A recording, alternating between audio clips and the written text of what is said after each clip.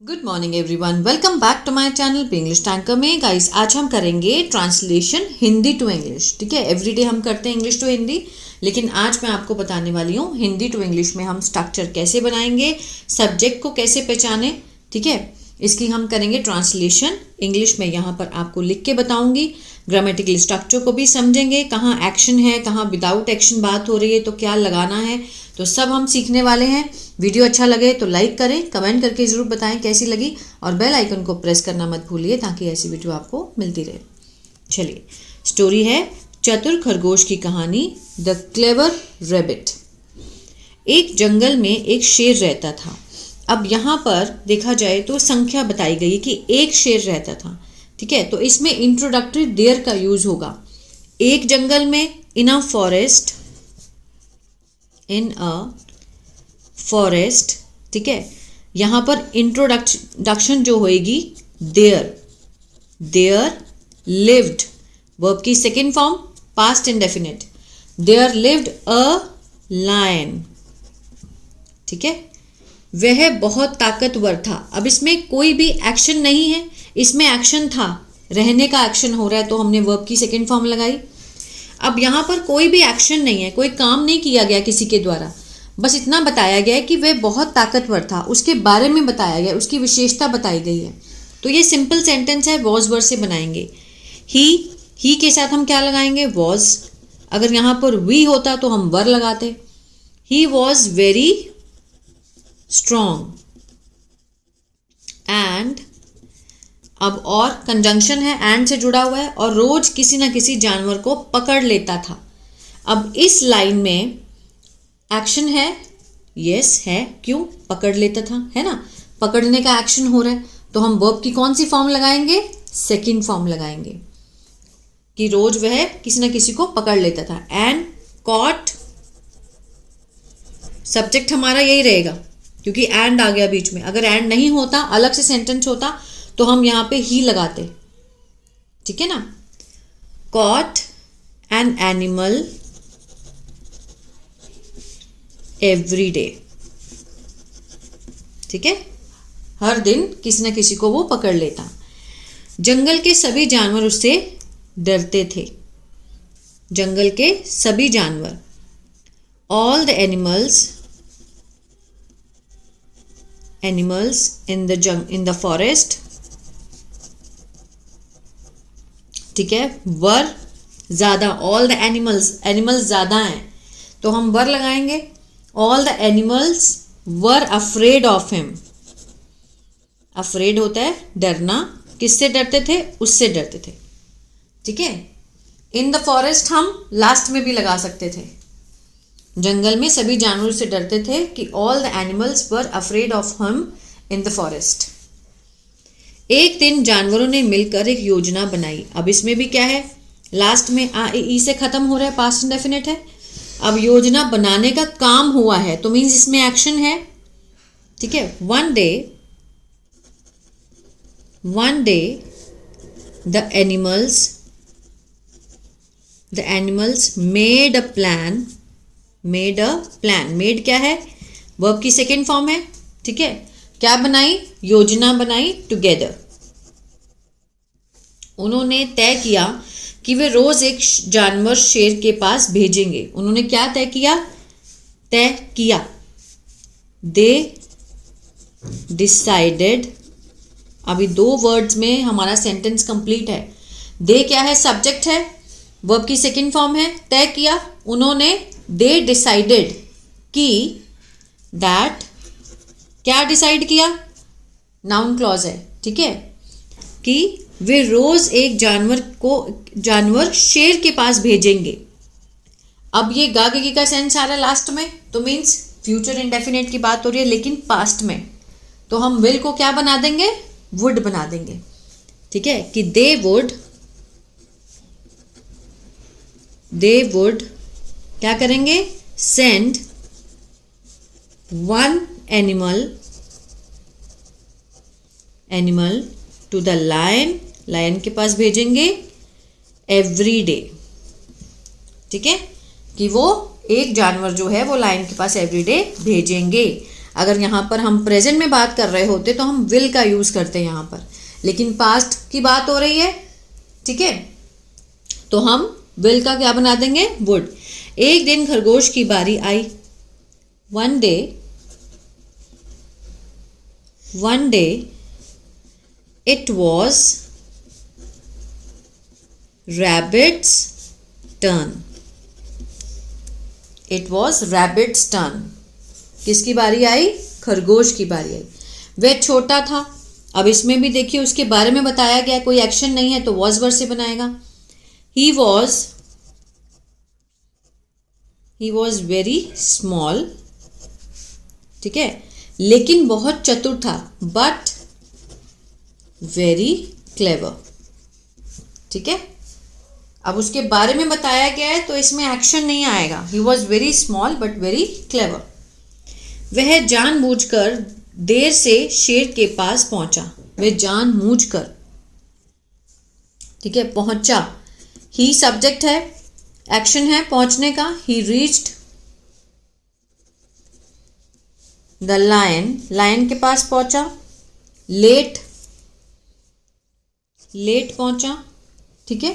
On purpose means जानबूझकर, deliberately, यहाँ पर पर्पस भी लिख सकते हैं और डेलिबरेटली भी लिख सकते हैं। जानबूझकर वो उसके पास लेट पहुंचा। शेर ने गुस्से में कारण पूछा। द लायन मीन्स आस्क्ड या फिर एंग्रीली, पहले हम लिख देते हैं, उसने पूछा। द रीजन, किससे, गुस्से से, एंग्रीली, ठीक है। द लायन, या फिर यहाँ भी हम एंग्रीली लिख सकते हैं। The lion angrily asked the reason, adverb है, ठीक है, वर्ब को रिप्रेजेंट करता है। खरगोश ने कहा कि रास्ते में एक दूसरा शेर उसे रोक रहा था। द रैबिट, ठीक है, सेड दैट, उसने क्या कहा, that another lion had stopped him on the way, ठीक है। उसने क्या बोला कि जो दूसरा शेर है उसे रोक रहा था। said the another lion had stopped means उसने रोका था, him on the way। अब देखिए, खरगोश शेर को कुएं के पास ले जाता है। अब ये यहाँ पर यहाँ तक का था पास्ट में, अब यहाँ शुरू हो गया प्रेजेंट में, ठीक है। इसको समझना है। ये मैंने जो स्टोरी आगे बताई आपको लास्ट वाली, ये पास्ट में थी, मीन्स काम हो चुका है तो हम वर्ब की सेकंड फॉर्म लगाते हैं। अब प्रेजेंट में है। खरगोश शेर को कुएं के पास ले जाता है। द रैबिट सब्जेक्ट है, ले जाता है, ले जाना मीन्स टेक, एस लगाएंगे, टेक्स, ले जाता है। द लायन शेर को, टू अ वेल, कुएं के पास। वह शेर से कहता है, ही टेल के साथ हम क्या लगाएंगे, एस। प्रेजेंट डेफिनेट में क्या होता है, ही शी इट, किसी नेम के साथ फर्स्ट फॉर्म के साथ ऐसे एस आपको लगानी है, ग्रामेटिकली रूल है। ही टेल्स, वे कहता है, किसको कहता है, लायन को, कि दूसरा शेर इसी कुएं में रहता है। दैट द अदर लायन, ठीक है, लिव्स, रहता है, लिव के साथ एस लगाया, रहता है इनसाइड द वेल, ठीक है, कि दूसरा शेर भी इसी कुएं में रहता है। शेर कुएं में झांकता है, ताहे तेहे का सेंस आ रहा है, प्रेजेंट डेफिनेट है। द लायन सब्जेक्ट, ठीक है, झांकने की, या तो पीप्स या फिर लुक्स इनटू, लुक के साथ एस, थर्ड पर्सन सिंगुलर है। The lion looks into the well, ठीक है, और अपनी परछाई देखता है। एक्शन हो रहा है देखने का, अपनी परछाई, एंड के बाद हम सब्जेक्ट नहीं लगाएंगे, सीधा वर्ब की फॉर्म से स्टार्ट करेंगे। सीज, देखता है। हिज ऑन रिफ्लेक्शन, ठीक है, वह समझता है कि यह दूसरा शेर है। ही थिंक्स, उसको लगता है। ही थिंक्स, वो सोचता है, उसको लगता है। इट, उसे। Is the other lion. He thinks it, वह उसे, इट किसके लिए लगाया गया? दूसरे शेर के लिए। ही थिंक्स, उस परछाई के लिए। He thinks it is the other lion. गुस्से में वह कुएं में कूद जाता है। गुस्से में, इन